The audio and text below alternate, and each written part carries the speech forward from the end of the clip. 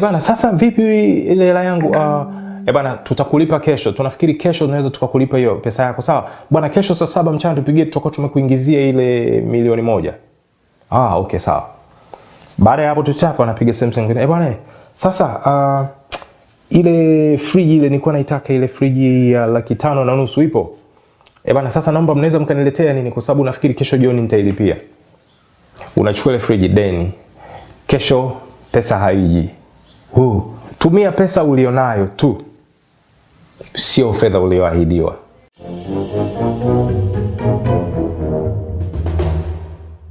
Pesa au fedha huwa zina changamoto ya kipekee sana.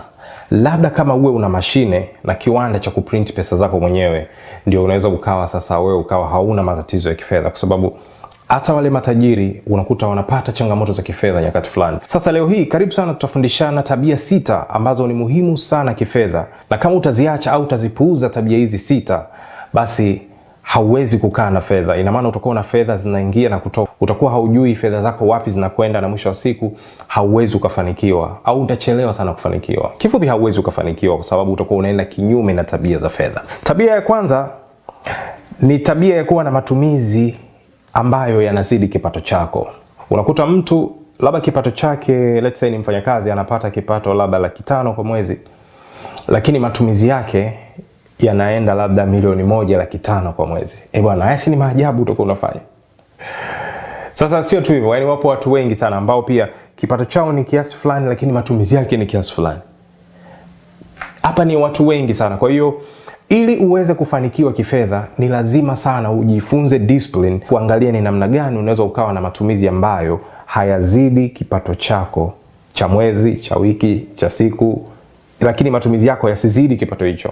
Wakati mwingine swali linaweza kuwa gumu sana kwa sababu wengi hatuna tabia ya kutrack nini matumizi yetu ni yapi. Sawa sawa. Kwa hiyo kwanza leo tunataka kuanza kujifunza, andika matumizi yako. Ukiandika matumizi yako, unaweza sasa kuanza kujua okay, so matumizi yangu mimi ni kitu fulani na kipato changu ni kitu fulani. Kwa hiyo sitaki kutumia zaidi ya hapa. Nini nipunguze katika matumizi yangu? Swali la msingi sana. Jambo la pili, hakikisha unafanya manunuzi sahihi. Manunuzi sahihi ni yapi? Manunuzi sahihi ni yale manunuzi ambayo unahitaji. Usinunue kitu kwa sababu una pesa mfukoni. Watu wengi sana wamekuwa wakiwa tuna fedha mfukoni, akaona kitu, bwana raba kali, raba shilingi ngapi mwanangu? Hiyo raba bwana, hiyo 25. Okay, na 200,000 hapa mfukoni. Hebu nipe size. Size bwana, nifungie hiyo. Bwana na ile vesti pale? Vesti kama Jordan ile mwanangu. Ile vesti ngapi? Ile vesti 30 tu. Hebu nipe na hiyo. Okay, pete kwa baki kama laki na you see, lakini matumizi hayataki kwenda namna hiyo. Ndio maana ni vizuri sana kujua matumizi yako. Ukijua matumizi yako, utajiondoa kwenye kuingia kwenye matumizi ambayo yalikuwa sio ya lazima, kwa sababu ina maana wewe umeenda umekiona tu kitu umenunua. Manunuzi hayataki kwa namna hiyo. Manunuzi yanatakiwa yawe umeamua nyumbani kwamba nimetoka na list yangu ni hii, hivi ndio vitu ambavyo nakwenda kununua na sio zaidi ya hapo. Na wakati mwingine labda kurahisisha hili zaidi, unapokuwa umepata fedha, jiepushe na kutembea na fedha nyingi mfukoni. Kwa mfano umetoka labda umelipwa hela sehemu, unataka kupiga deal sehemu, umelipwa hela yako bwana milioni hapa, 1,500,000, milioni 2,500,000 hiyo. Yote wewe unatembea nayo hapa. Ni rahisi sana kushawishika kuona bwana najiona kama nimechoka hivi. Hebu nipe soda mwanangu. Serious? Nipe soda. Keki zipo. Keki shilingi 500 nipe 2. Niongeze keki nyingine. Bwana VBS day, bwana poa. Bwana kunywa soda rafiki. Mpe soda rafiki yangu. Unatoa offer. You do that kwa sababu unakuwa una fedha mfukoni. Lakini ukianza kuwa unapanga mahesabu yako vizuri, utaanza kuona kwamba sitakiwi kutembea na fedha nyingi mfukoni. Tembea na fedha ambayo unajua utakwenda kuitumia. Kwa maana hiyo, hata uwezi kujua fedha unayoenda kuitumia kama hujui unataka nini.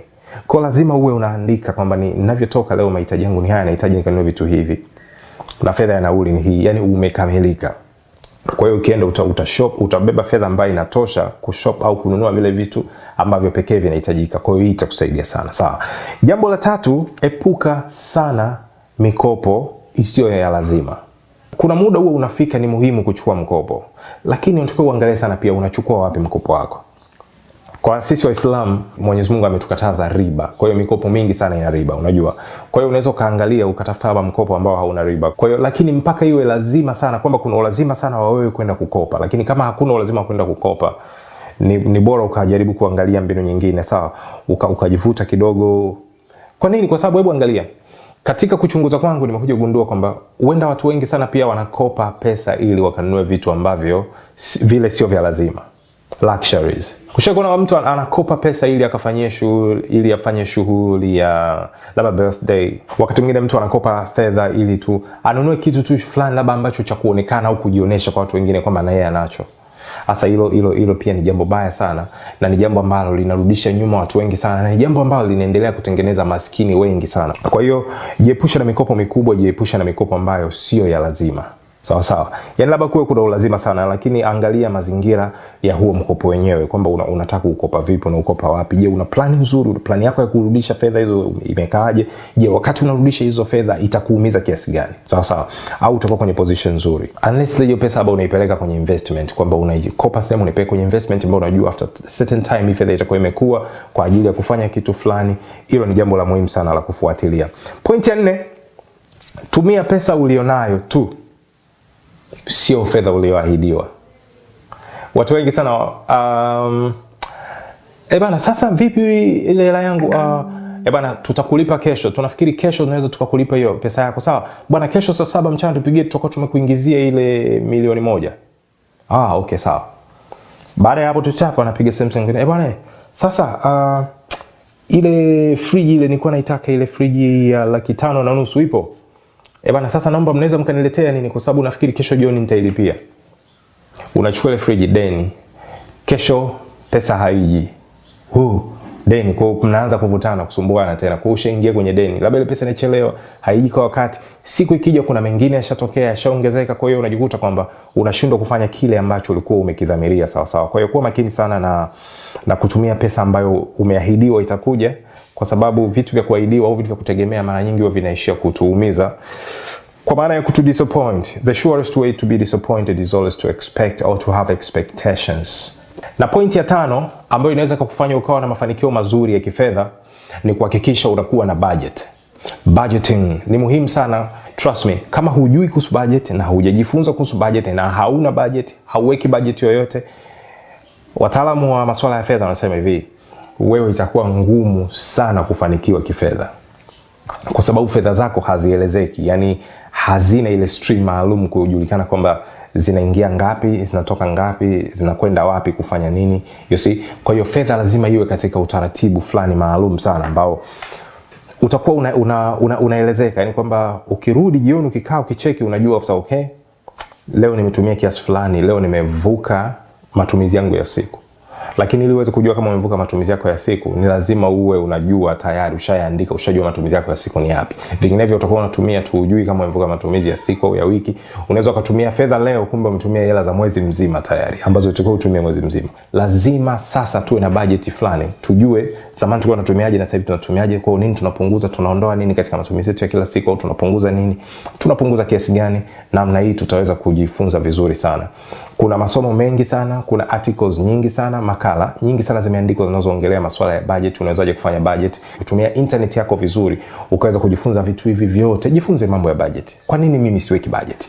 Anza kujiuliza leo, na kumbe masomo yapo kwenye Google, kwenye YouTube. Tafuta mambo ya budget, yamefundishwa na watu wengi sana. Sawa. Na jambo la mwisho la 6 ambalo kuepuka sana matumizi ya kutumia credit cards au mitandao kama vitu wanatumia M-Pesa, Tigo Pesa, Airtel Money, Halo Pesa. Kwa nini nazungumza hivi? Kwa sababu kila manunuzi unayofanya au kila malipo unayofanya ina maana unakatwa pesa kwa wakati huo kwenye hiyo transaction ambayo unaifanya kwa wakati huo. Lakini kama utazitoa mara moja, unakatwa hiyo transaction moja. Na haionekani sana kama tatizo, kwa sababu mara nyingi kila unacholipia unakatwa. Hata mimi nimekuwa mara nyingi naona kama ni rahisi sana kulipa kwa M-Pesa, lakini ukikaa kwamba umefanya transaction ya 50 ukaja ukazirejea ukaanza kupiga zile service charges, ukazihesabu zile, unaanza ni hela fulani ambayo inaanza kukufikisha sehemu, unaanza okay, ingeweza kuwa hela ya kununua kitu fulani. Mzaa utumbua usaa, si ndio? Polepole ndio mwendo, si ndio? Kidogo kidogo hivyo ndio inakuja kuunda hela fulani kubwa sana. Jua kwamba unapotoa fedha nyingi kwenye simu yako, unapoamua kutumia cash, unatumia kiasi kidogo zaidi, au una save kile kiasi ambacho ungekuwa unakatwa kila wakati tumia fedha yako. Kwa hiyo hayo ni machache, lakini najua wewe unajua mengine mengi. Kama unajua moja, unajua mawili, tafadhali niandikie hapo chini kwenye comments na mimi niweze kujifunza kutoka kwako pia. Karibu sana. Mimi naitwa Ezden Jumane. Hii ni Success Path Network, each one teach one. Kama ndo mara ya kwanza kabisa hapa, hakikisha una subscribe. Napata wasaa kutembelea content zetu nyingine uweze kuona video zetu mbalimbali. Each one teach one. Bye bye.